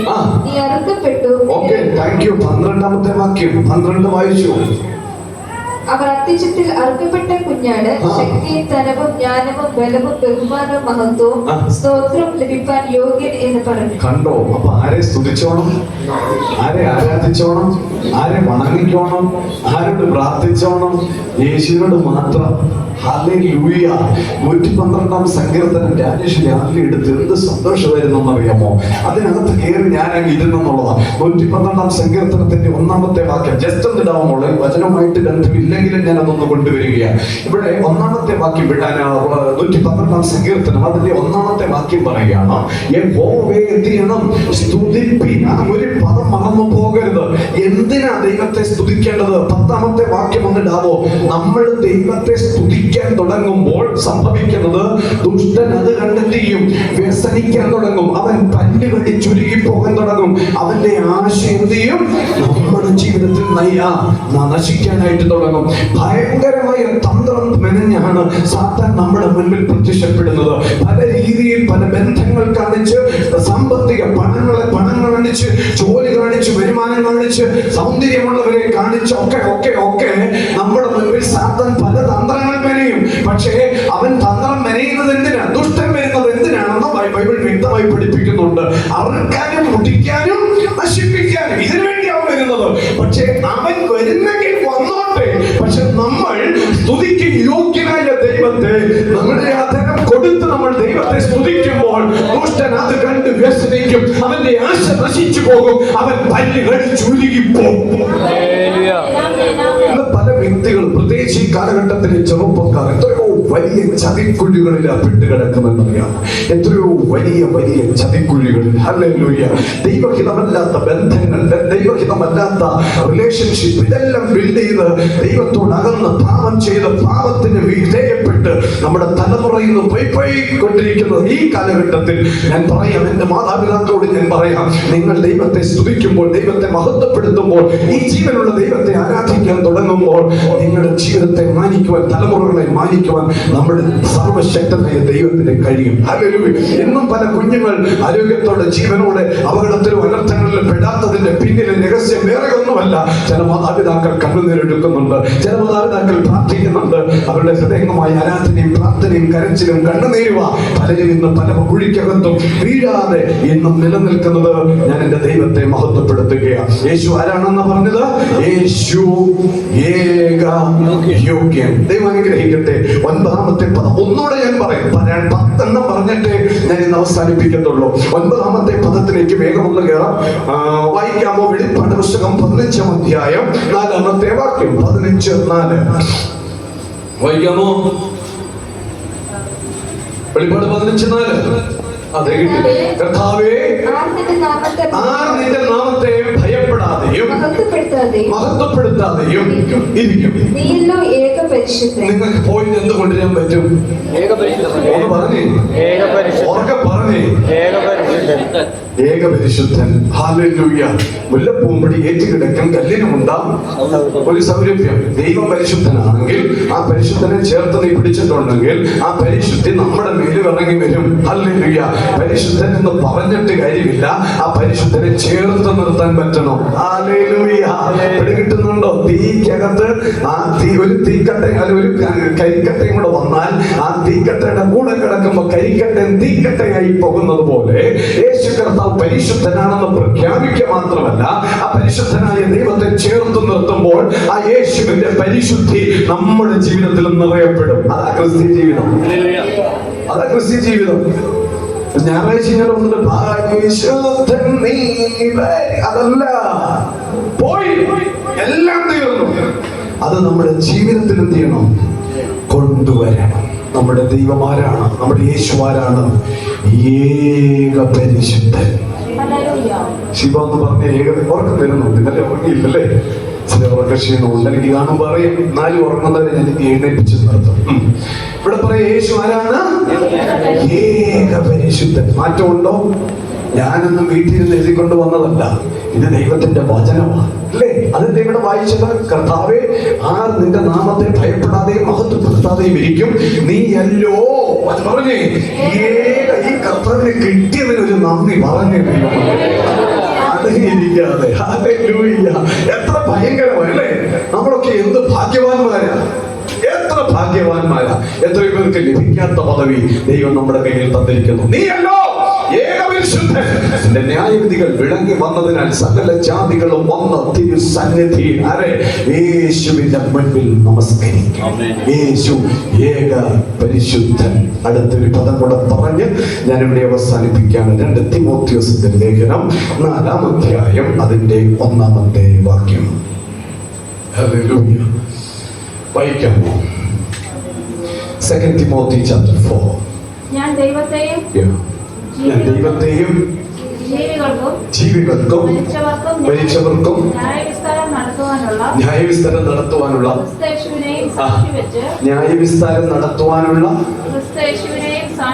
നിങ്ങൾക്ക് ഇവിടെ പോയിന്റ് വല്ലതും കിട്ടിയോ? ഏക സാക്ഷി, പിന്നെ ഏക ന്യായാധിപൻ. ഹല്ലേലൂയ. യേശു ആരാണ്? ഇന്നലകളിലുണ്ടല്ലോ ഈ യേശു കർത്താവിന്റെ ന്യായാധിപന്മാർ ഒന്നിച്ചു കൂടിയിരിക്കുന്ന ന്യായാധിപ സംഘത്തിന്റെ മുമ്പിൽ കൊണ്ടുവന്ന് നിർത്തി. യേശു പറഞ്ഞു, ഞാൻ 3-ാം നാൾ എന്ത് ചെയ്യും? നിങ്ങള് പൊളിക്കുന്ന ഈ മന്ദിരത്തെ പണിയും. ഞാൻ സ്വർഗത്തിൽ നിന്ന് വന്നതാ. ഇതൊക്കെ യഹൂദന്മാർ ഉൾപ്പെടെയുള്ള സകല ജനത്തിന്റെ ഹൃദയത്തിൽ കണ്ണുകടിയായി മാറിയപ്പോ, കല്ലുകടിയായി മാറിയപ്പോ, ഇവനെ വെച്ചുകൊണ്ടിരിക്കുന്നത് ശരിയല്ല എന്ന് പറഞ്ഞ് യേശുവിനെ തന്ത്രപൂർവം കൊല്ലാനുള്ള പദ്ധതികൾ പ്ലാൻ ചെയ്തു. ഹല്ലേലൂയ. ന്യായാധിപന്മാരെ, നിങ്ങൾ പിടിക്കാൻ പോകുന്ന യൂദായെ, നീ ചുംബിക്കാൻ പോകുന്ന യേശു ആരാണെന്ന് അറിയാമോ? നിന്നെയും കൂടെ ന്യായം വിധിക്കാനുള്ളവനായ യേശു കർത്താവ്. പലർക്കും വെളിപ്പെട്ട് കിട്ടിയില്ല, പലർക്കും മനസ്സിലായില്ല, പലർക്കും ഗ്രഹിക്കാൻ ത്രാണിയില്ലാതെ പോയി. എന്തൊക്കെയോ മണ്ടത്തരം വിളിച്ചു പറയുന്നു, എന്തൊക്കെയോ കാര്യങ്ങൾ ചെയ്യുന്നു. ഏതോ ശക്തി കൊണ്ട് പല ആൾക്കാരെയും സൗഖ്യമാക്കുന്നു, മറ്റേതോ ശക്തി കൊണ്ട് മരിച്ചവരെ എഴുന്നേൽപ്പിക്കുന്നു, മറ്റേതോ ശക്തി കൊണ്ട് ഭൂതത്തെ പുറത്താക്കുന്നു. അങ്ങനെയൊക്കെ പറഞ്ഞ യേശുവിനെ എല്ലാവരും കൂടെ ചേർന്ന് ഒറ്റപ്പെടുത്തി. പത്രോസ് ഇടയ്ക്ക് ഒരു വാക്ക് പറഞ്ഞു, എനിക്കിവനെ പറഞ്ഞേ എന്തോ അല്ലേ കൂടെ നടന്ന്. എത്രയോ പേര് എന്നോട് പറയുന്നു, എന്നെ അറിയത്തില്ല, ഞാൻ സ്നാനപ്പെടുത്തി, ഞാൻ വിശ്വാസത്തിൽ കൊണ്ടുവന്ന പോലും കല്യാണ സമയമായപ്പോ എന്നെ മറന്നുപോയി. അതാണ് നമ്മുടെ ലോകം. പിന്നെ യേശു കർത്താവിന്റെ കാര്യം പറയണം. യേശു കർത്താവിന് അങ്ങനെ അവസ്ഥ വന്നു, പിന്നെ നമ്മുടെ കാര്യം പറയണം, അല്ലേ? കുറച്ചു പേർക്ക് പിടികിട്ടി, കുറച്ചു പേര് ചിരിക്കുന്നുണ്ട്, കുറച്ചു പേര് വിഷമിച്ചിരി, എല്ലാം ഇതിനകത്തുണ്ട്. സ്തോത്രം. ഇവിടെ യേശു കർത്താവിനെ യൂദാ വന്ന് ചുംബിച്ചു. ഒരു കാര്യം ഞാൻ പറയാം, താൻ സഹിക്കാൻ പോകുന്ന അല്ലെങ്കിൽ താൻ അനുഭവിക്കാൻ പോകുന്ന വേദനയെ കുറിച്ച് വ്യക്തമായ കാഴ്ചപ്പാട് യേശുവിനുണ്ടായിരുന്നു. താൻ എന്തിനെന്നറിയാമോ? ശിഷ്യന്മാരെ വിളിച്ചിട്ട് പറയാം, നമുക്ക് പ്രാർത്ഥിക്കാം, പ്രതികൂലം വരുന്നുണ്ട്, പ്രതിസന്ധി വരുന്നുണ്ട്, വേദനകൾ വരുന്നുണ്ട്, അതിനകത്തു നിന്ന് ജയിക്കാൻ പ്രാർത്ഥിക്കാം. 12 പേരെ കൊണ്ടുവന്നു. 3 പേരോട് പറഞ്ഞു, ഇവിടെ ഇരിക്കും, നിങ്ങൾ പ്രാർത്ഥിക്കും. അടുത്ത 3 പേരെ കൊണ്ട് ഇവിടെ ഇരിക്കും, പ്രാർത്ഥിക്കുക. അടുത്ത 3 ഇവിടെ ഇരിക്കും, പ്രാർത്ഥിക്കുക. ഏറ്റവും അടുത്ത കോർട്ടിയും പത്രോസ്, യാക്കോബ്, യോഹന്നാൻ, ഇവരോട് 3 പേർ ഇവിടെ ഇരിക്കും, പ്രാർത്ഥിക്കുക. പ്രാർത്ഥിക്കുന്ന കണ്ടിട്ട് യേശു ഒരു കല്ലേറ് ദൂരത്തോളം ചെന്ന് മുട്ടു മടക്കി താൻ പ്രാർത്ഥിച്ചു. താൻ പ്രാർത്ഥിക്കുന്ന സമയത്ത് ശിഷ്യന്മാര് 4 ടീമും ഇരുന്ന് ഉറക്കുക. അത് ഞാൻ ഇടയ്ക്ക് ചോദിക്കുന്നത്, ഉറങ്ങരുതേ, ഇവർ ഉറങ്ങി. യേശു ഒരു കല്ലേറ് ദൂരത്തോളം ചെന്ന് മുട്ടു മടക്കി ഗെത്സമനയിൽ പ്രാർത്ഥിക്കുക. യേശു പ്രാർത്ഥിച്ചുകൊണ്ടിരിക്കുക. എന്താ യേശുവിന്റെ പ്രാർത്ഥന? എന്റെ ത്യാഗത്താൽ ഞാൻ അനുഭവിക്കുന്ന കഷ്ടതകൾ, ഇവറ്റകളെ എനിക്ക് ദൈവത്തിന്റെ രാജ്യത്തിൽ എത്തിക്കണം. യേശുവിന്റെ പ്രാർത്ഥന വളരെ ശക്തമായൊരു പ്രാർത്ഥനയായിരുന്നു. യേശുവിന്റെ ശരീരത്തിലെ വിയർപ്പ് കണങ്ങൾ, ഇന്ന് പ്രാർത്ഥിച്ച വിയർപ്പ് ഒഴുകാൻ തുടങ്ങുമ്പോഴേ ഇവിടെ പ്രശ്നം അല്ലേ? യേശു വിയർപ്പൊഴുകി പ്രാർത്ഥിച്ചു. യേശുവിന്റെ ശരീരത്തിലെ പ്രാർത്ഥനയുടെ പവറിനാൽ തന്റെ ശരീരത്തിൽ നിന്നൊഴുകിയ ഈ വിയർപ്പ് കണങ്ങൾ രക്തക്കളറിൽ രക്തത്തുള്ളിക്ക് സമമായി എഴുന്നേറ്റു. യേശു പുറത്തേക്ക് വന്നു. യൂദ യേശുവിനെ ചുംബിക്കുന്നു. യേശുവിനറിയാം, കണ്ടോ, 12 എണ്ണത്തെ തെരഞ്ഞെടുത്തപ്പോ അതിനകത്ത് ഒരുവൻ തന്നെ ഒറ്റിക്കൊടുക്കുമെന്ന് ആർക്കറിയാമായിരുന്നു. എന്നിട്ടും നീ ഒറ്റക്കൊടുക്കുന്നവനെ മാറിപ്പോടാ പറഞ്ഞു. ഇല്ല, ചേർത്ത് നിർത്തി. അവസാന നിമിഷം വരെയും യേശു കൂടെ കൊണ്ടുവന്നു. അതാ യേശുവിന്റെ വിശ്വസ്തത. അവൻ ചുംബിച്ചു. ഓരോരുത്തരും വന്ന് യേശുവിനെ പിടിച്ച് കുറ്റത്തിന് മേലല്ലേ ശിക്ഷിക്കുവാൻ വേണ്ടി യേശുവിനെ കൊണ്ടുപോവുകയാണ്. കൽത്തളത്തിൽ യേശുവിനെ കൊണ്ട് ഇരുമ്പ് വളയത്തിൽ യേശുവിനെ കെട്ടിയിട്ട്, അതിനു മുമ്പ് ഒത്തിരി കാര്യങ്ങളുണ്ട്. പീലാത്തോസിന്റെ ഭാര്യ വരെ യേശുവിനെ കുറിച്ച് സാക്ഷ്യം പറയുന്നുണ്ട്. ഈ നീതിമാന്റെ രക്തത്തിൽ എനിക്ക് പങ്കില്ല, ഇവൻ നീതിമാനാണെന്ന് പീലാത്തോസിന്റെ ഭാര്യയും ഒക്കെ പറയുന്ന ഭാഗങ്ങളുണ്ട്. ഞാൻ അതെല്ലാം അവിടെ വിടുകയാണ്. യേശു നമുക്ക് വേണ്ടി, മാനവകുലത്തിന് വേണ്ടി താൻ അനുഭവിക്കാവുന്ന സകല പീഡനവും യേശു നമുക്ക് വേണ്ടി സഹിച്ചു. യേശു ആരാണെന്ന് പറഞ്ഞത്? ലാസ്റ്റ് പറഞ്ഞത് ഏക ന്യായാധിപൻ. ന്യായാധിപ സംഘത്തിന്റെ മുൻപിൽ യേശുവിനെ കൊണ്ട് നിർത്തി. എല്ലാവരോടും പറഞ്ഞു, യേശുവിനെ ശിക്ഷിക്കണോ അതോ ബറബ്ബാസിനെ കൂട്ടിയിടണോ? എല്ലാരും പറഞ്ഞു, ഞങ്ങൾക്ക് വേറെ ആരും വേണ്ട, ഞങ്ങൾക്ക് ബറബ്ബാസിനെ മതി. അല്ലേ? കള്ളനെ മതി, കൊള്ളിവെപ്പുകാരനെ മതി, അസൂയയും കൂട്ടിപ്പിടിപ്പും ഒക്കെ നടത്തുന്നവനെ മതി എന്ന് പറഞ്ഞ് സമൂഹം മുഴുവനും, അതല്ലേ ഇന്ന് രാജ്യത്ത് നടക്കുന്നത്, ബറബ്ബാസിനെ വിട്ടുകൊടുത്ത് യേശുവിനെ ക്രൂശിക്കുവാൻ പീലാത്തോസ് ഏൽപ്പിച്ചു കൊടുത്തു. യേശു ന്യായാധിപ സംഘത്തിന്റെ മുൻപിൽ നിൽക്കുകയാണ്. പക്ഷേ ഒരു മനുഷ്യന്റെ ഹൃദയത്തിൽ തോന്നാത്തൊരു മർമ്മം എന്തായിരുന്നെന്നറിയാമോ? ഈ ന്യായാധിപ സംഘത്തിന്റെ നടുവിൽ നിൽക്കുന്നവന് മാത്രമേ ഒരു നല്ല ന്യായാധിപനായി നിൽക്കുവാൻ തമ്പുരാൻ യോഗ്യത കൊടുത്തിട്ടുള്ളൂ. ആ യേശു കർത്താവ് നമുക്ക് വേണ്ടി കാൽവറിയിൽ ത്യാഗം അനുഭവിക്കുക. മത്തായിയുടെ സുവിശേഷം 26-ാം അധ്യായം. അതിനു മുൻപ് ഞാൻ ഈ പോയിന്റൂടെ ഒന്നുകൂടെ ഓർമ്മിപ്പിക്കുന്നു. ഒന്നാമത്തെ പോയിന്റ് പറഞ്ഞാട്ടെ, ഏക സത്യ ദൈവം. രണ്ടാമത്തേത് ആരാണ്? ഏക കർത്താവ്, മറന്നു പോകരുത്. മൂന്നാമത്തെ ഏക രക്ഷകൻ. നാലാമത്തെ ഏക അവതാരം. ഹല്ലേലൂയ. അതാ ഫ്രണ്ടിൽ ഇരിക്കുന്നവരോട് വേണം നീ ആദ്യം ചോദിക്കും. ഓക്കെ. അഞ്ചാമത്തേത് എന്തായിരുന്നു? ഏക മധ്യസ്ഥൻ. 6 ഏക നായകൻ. 8 ഏക യോഗ്യൻ. 9 ഏക പരിശുദ്ധൻ. അടുത്താമത്തേത് ന്യായാധിപൻ. ഹല്ലേലൂയ. വേഗം വരാം. മത്തായി 26 അതിന്റെ 51 മുതൽ താഴേക്ക് വേഗം ഒന്ന് വായിക്കാം. മത്തായി 26:5 മുതൽ 59 വരെ. അപ്പോൾ യേശുവിനോട് കൂടെ ഉള്ളവരെ ഒരുവൻ കൈ നീട്ടി വാളൂരി മഹാപുരോഹിതന്റെ ദാസനെ വെട്ടി അവന്റെ കാതർത്തു. യേശു അവനോട്, വാൾ ഉറയിലിടുക, വാൾ എടുക്കുന്നവരെയൊക്കെ വാളാൽ നശിച്ചു പോകും. എന്റെ പിതാവിനോട് ഇപ്പോൾ തന്നെ 12 ലഗ്യോനിലും അധികം ദൂതന്മാരെ എന്റെ അരികെ നിർത്തേണ്ടതിന് എനിക്ക് അപേക്ഷ കൂടെ എന്ന് തോന്നുന്നു. എന്നാൽ ഇങ്ങനെ സംഭവിക്കണമെന്നുള്ള തിരുവെഴുത്തുകൾക്ക് എങ്ങനെ നിവർത്തി വരും എന്ന് പറഞ്ഞു. ആ നാഴികയിൽ യേശു പുരുഷാരത്തോട്, ഒരു കള്ളന്റെ നേരെ എന്ന പോലെ നിങ്ങൾ എന്നെ പിടിപ്പാൻ വാളും വടിയുമായി വന്നിരിക്കുന്നു. ഞാൻ ദിവസേന ഉപദേശിച്ചുകൊണ്ട് ദേവാലയത്തിൽ ഇരുന്നിട്ടും നിങ്ങൾ എന്നെ പിടിച്ചില്ല. എന്നാൽ ഇതൊക്കെയും പ്രവാചകന്മാരുടെ എഴുത്തുകൾ നിവർത്തിക്കേണ്ടതിന് സംഭവിച്ചു എന്ന് പറഞ്ഞു. അപ്പോൾ ശിഷ്യന്മാർ എല്ലാവരും അവരെ വിട്ട് ഓടിപ്പോയി. യേശുവിനെ പിടിച്ചവരോ പുരോഹിതനായ കയ്യഫായുടെ അടുക്കൽ ശാസ്ത്രിമാരും മൂപ്പന്മാരും ഒന്നിച്ചു കൂടുന്നിടത്ത് അവനെ കൊണ്ടുപോയി. എന്നാൽ പത്രോസ് ദൂരവേ മഹാപുരോഹിതന്റെ അരമനയോട് അതിന് തൊട്ട് മുൻപില് പുറകിലത്തെ വാക്യം കൂടെ, യേശുവിനെ പിടിച്ചവരോ മഹാപുരോഹിതനായ കയ്യഫയുടെ അടുക്കൽ ശാസ്ത്രിമാരും മൂപ്പന്മാരും ഒന്നിച്ചു കൂടുന്നിടത്ത് അവനെ ആരെ കൊണ്ടുപോയി? യേശുവിനെ കൊണ്ടുപോയി. അടുത്തത്, എന്നാൽ പത്രോസ് ദൂരവേ മഹാപുരോഹിതന്റെ അരമനയോളം പിച്ചെന്ന് അകത്ത് കടന്ന് അവസാനം കാണുവാൻ സേവകന്മാരോട് കൂടെ ഇരുന്നു. മഹാപുരോഹിതന്മാരും മഹാപുരോഹിതന്മാരും. ആരാണ് മഹാപുരോഹിതൻ? ആരാണ് മഹാപുരോഹിതൻ? ലോകജനത്തിന് വേണ്ടി അല്ലെങ്കിൽ ദൈവജനത്തിന്റെ പാപത്തിന്റെ പരിഹാര ശുശ്രൂഷ യെരൂശലേം ദേവാലയത്തിലെ അതിപരിശുദ്ധ സ്ഥലത്ത് കയറി പുരോഹിത ശുശ്രൂഷ ചെയ്യുന്നവൻ എന്ന് പറഞ്ഞാൽ ദൈവവുമായിട്ട് അത്രയും പിതാവായ ദൈവത്തിന്റെ സാന്നിധ്യവുമായിട്ട് അത്രമാത്രം അടുത്ത ബന്ധം സ്ഥാപിക്കുന്നവൻ മഹാപുരോഹിതൻ. അടുത്തത്, പുരോഹിതന്മാരും ന്യായാധിപ സംഘം ഒക്കെയും. ന്യായാധിപ പറഞ്ഞേ, ന്യായാധിപ സംഘം എന്ന് പറഞ്ഞാൽ 100 കണക്കിന് ന്യായം വിധിക്കുവാൻ, പ്രശ്ന പരിഹാരം സൃഷ്ടിക്കുന്ന കുറെ ആൾക്കാരുണ്ട്. ആ സംഘവും ഒക്കെയും യേശുവിനെ കൊല്ലേണ്ടതിന്. ആരെ കൊല്ലേണ്ടതിന്?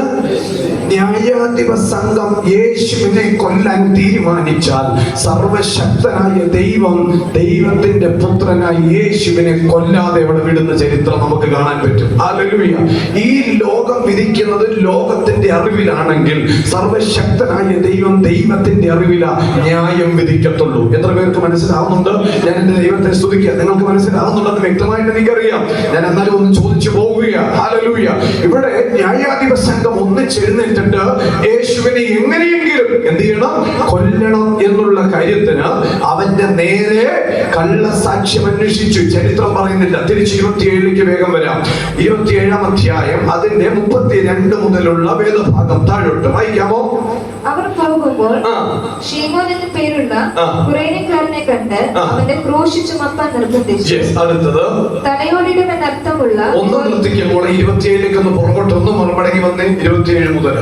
അനന്തരം നാടുവാഴിയുടെ പടയാളികൾ യേശുവിനെ ആസ്ഥാനത്തിലേക്ക് കൊണ്ടുപോയി പട്ടാളത്തെ എല്ലാം അവന്റെ നേരെ നിർത്തി അവന്റെ വസ്ത്രമഴിച്ച് യേശുവിന്റെ വസ്ത്രമഴിച്ചു. കേട്ടോ, പടത്തിൽ കാണുന്ന ഒരു അല്പവസ്ത്രധാരി അല്ല നിങ്ങൾ മനസ്സിൽ കൊണ്ടു നടക്കേണ്ടത്.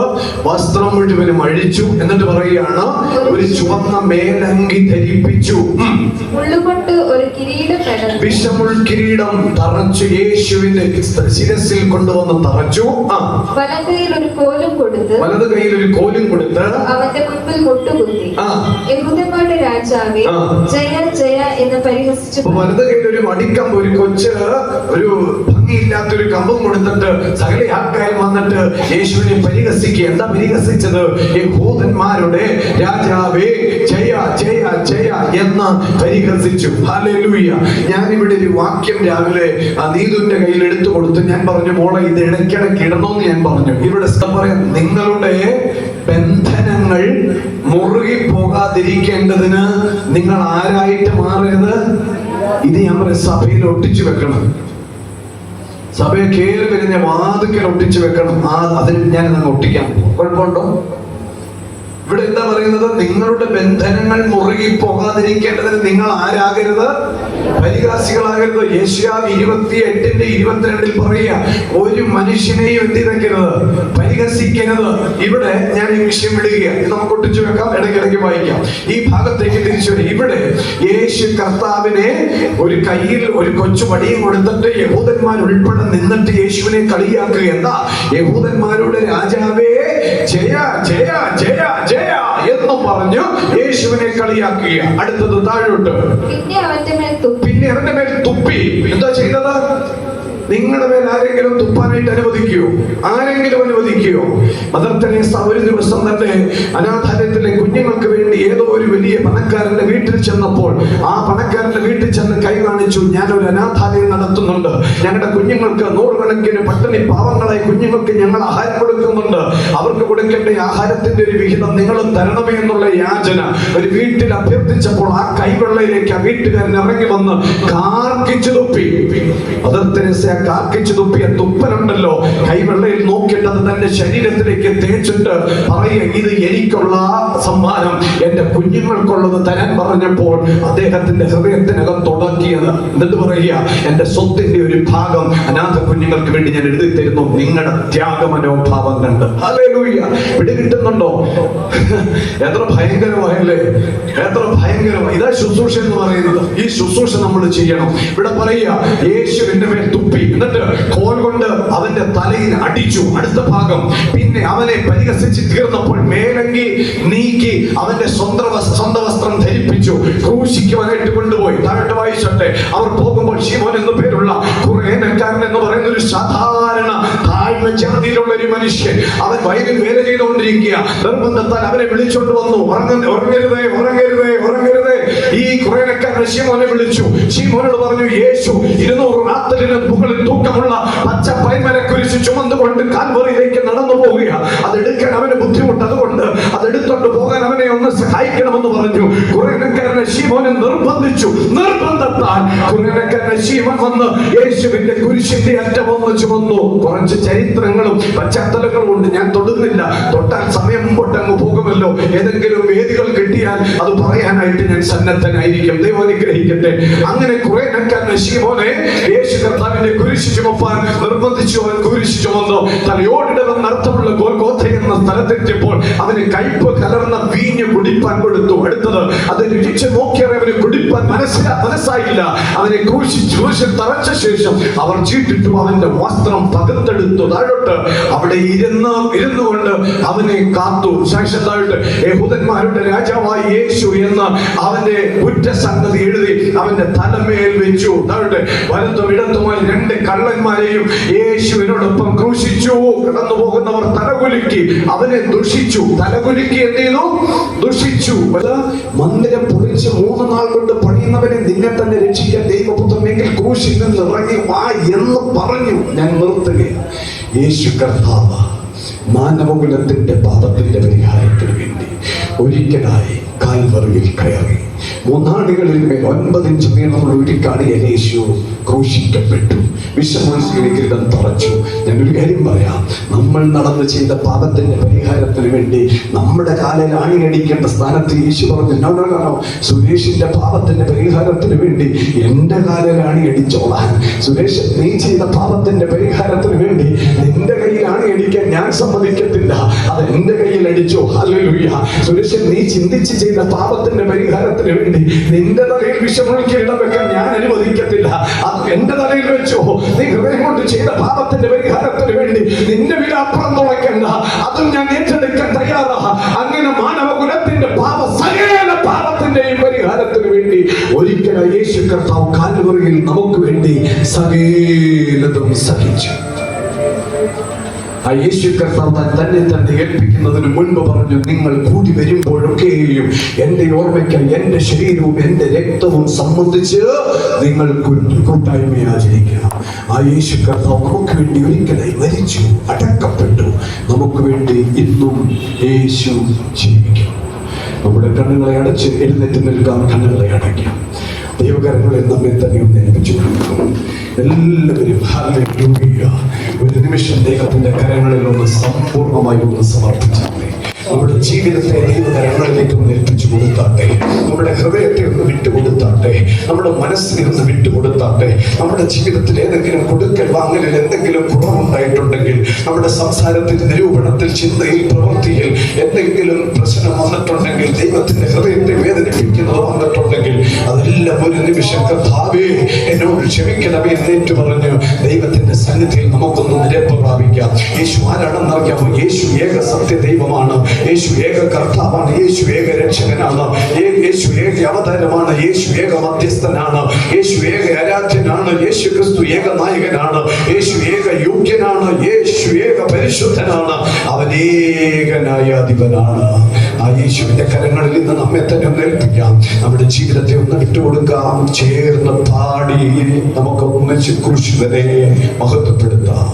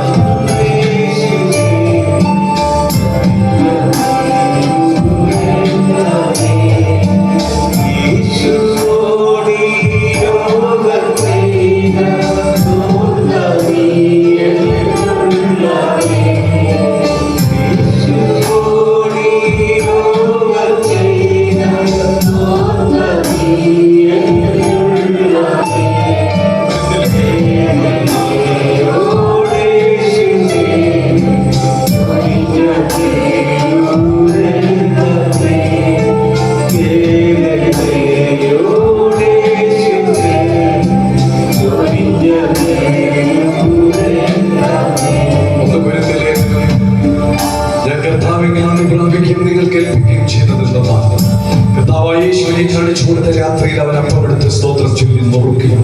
ഇത് നിങ്ങൾക്ക് വേണ്ടിയുള്ള എന്റെ ശരീരം എന്റെ ഓർമ്മയ്ക്കായി ചെയ്യുമെന്ന് പറഞ്ഞു. അവിടെ തന്നെ താൻ കഴിഞ്ഞ ശേഷം അവൻ പാനപാത്രം എടുത്തു. ഈ പാനപാത്രം എന്റെ രക്തത്തിൽ പുതിയ നിയമമാണ്. ഇത് കുടിക്കുമ്പോഴൊക്കെ എന്റെ ഓർമ്മയ്ക്കായി ചെയ്യുകയും എന്ന് പറഞ്ഞു. അങ്ങനെ നിങ്ങൾ ഈ അപ്പം തിന്നുകയും പാനപാത്രം കുടിക്കുകയും ചെയ്യുമ്പോഴൊക്കെയും കർത്താവ് വരുവോളം അവന്റെ മരണത്തെ പ്രസ്താവിക്കണം. അതുകൊണ്ട് അയോഗ്യമായി അപ്പം തിന്നുകയോ പാനപാത്രത്തിൽ നിന്ന് കുടിക്കുകയോ ചെയ്യുന്നവരെല്ലാം ശരീരം സംബന്ധിച്ച് കുറ്റക്കാരനായി തീരും. മനുഷ്യൻ തന്നെ താൻ ശോധന ചെയ്തിട്ട് വേണം ഈ അപ്പം തിന്നുകയും പാനപാത്രത്തിൽ നിന്ന് കുടിക്കുകയും ചെയ്യുവാൻ.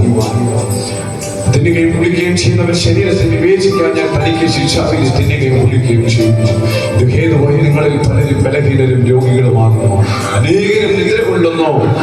നമ്മെ തന്നെ വിധിച്ചാൽ വിധിക്കപ്പെടുകയില്ല. ഈ മഹനീയ ശുശ്രൂഷ, യേശുവിന്റെ ശരീരവും രക്തവും സംബന്ധിച്ചുള്ള ഈ കുർബാന അല്ലെങ്കിൽ കർത്താവിന്റെ തിരുമേശ അനുഭവിക്കുവാനുള്ള യോഗ്യത ഒന്ന്, യേശുവിനെ ഹൃദയം കൊണ്ട് കർത്താവും രക്ഷകരും ദൈവവുമായി അംഗീകരിക്കണം.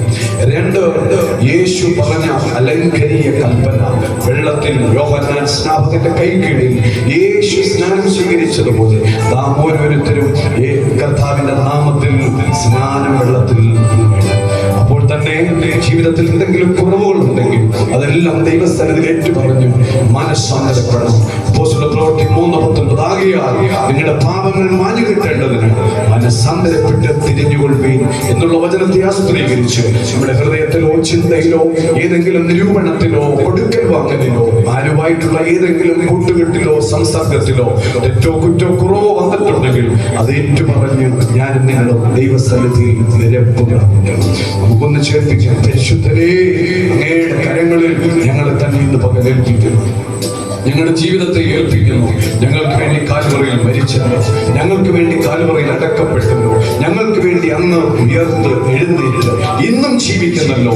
ഞങ്ങൾ നന്ദി പറയുന്നു. സ്വർഗത്തിലെ ദൈവം ഈ അപ്പവീഞ്ഞങ്ങളെ അനുഗ്രഹിച്ച് ഭക്ഷിച്ച് ബലപ്പെടുവാൻ ഞങ്ങൾക്ക് തന്നതിന് ഞങ്ങൾ നന്ദി പറയുന്നു. ഇതിന്റെ ഭാഗവാക്കാകുവാൻ ഞങ്ങൾ എല്ലാവരെയും സ്വർഗം ഒരുക്കണം. ഇതിന്റെ പിന്നിൽ ദൈവത്തിന്റെ കരമുള്ളതിനായിട്ട് ഞങ്ങൾ നന്ദി പറയുന്നു. എല്ലാവരെയും കർത്താവ് ഒരുപോലെ അനുഗ്രഹിക്കണം. ദിവസങ്ങളിൽ വചനത്തിന്റെ ബലവും വചനത്തിനുള്ള സൗഖ്യവും ആശ്വാസവും ഒക്കെ പ്രാപിച്ച് മുന്നോട്ട് പോകുവാൻ ഞങ്ങൾ എല്ലാവരെയും തമ്മിൽ സഹായിക്കണമെന്നും ഞങ്ങൾ പ്രാർത്ഥിക്കണം. സകലമാനവും മഹത്വവും സകല പുകഴ്ചയും ബഹുമാനവും ത്രിയേക ദൈവത്തിന് മാത്രം ഈ സമയം ഞങ്ങൾ കരയറ്റുന്നു. യേശുവിന്റെ മഹത്വമുള്ള നാമത്തിൽ തന്നെ ആമേൻ. കർത്താവായ യേശുവിനെ കാണിച്ചു കൊടുത്ത രാത്രിയിൽ അവൻ അപ്പമെടുത്ത് സ്തോത്രം ചൊല്ലി, സ്തോത്രം സ്തോത്രം സ്തോത്രം, ഇത് എന്റെ ശരീരമാകുന്നു, എന്റെ ഓർമ്മയ്ക്കായി ചെയ്യുവീൻ എന്ന യേശു പറഞ്ഞു. അവിടെ തന്നെ യേശു അത്താഴം കഴിഞ്ഞ ശേഷം പാനപാത്രം എടുത്തു. ഈ പാനപാത്രം എന്റെ രക്തത്തിൽ പുതിയ നിയമമാകുന്നു, ഇത് കുടിക്കുമ്പോഴൊക്കെയും എന്റെ ഓർമ്മയ്ക്കായി ചെയ്യുവീൻ എന്ന് പറഞ്ഞു. നമുക്കൊന്നിച്ച് ഈ അപ്പവീഞ്ഞങ്ങളെ എടുത്ത് പരസ്പരം ആർക്കെങ്കിലും കിട്ടിയോ കിട്ടിയില്ലയോ എന്നൊക്കെ അറിഞ്ഞ് ഒന്നിച്ച് ഒരുപോലെ ഭക്ഷിച്ച് പാനം ചെയ്യാനിടയാകട്ടെ. ദൈവം നമ്മളെല്ലാവരെയും ധാരാളമായി അനുഗ്രഹിക്കുമാറാകട്ടെ. ആമേൻ.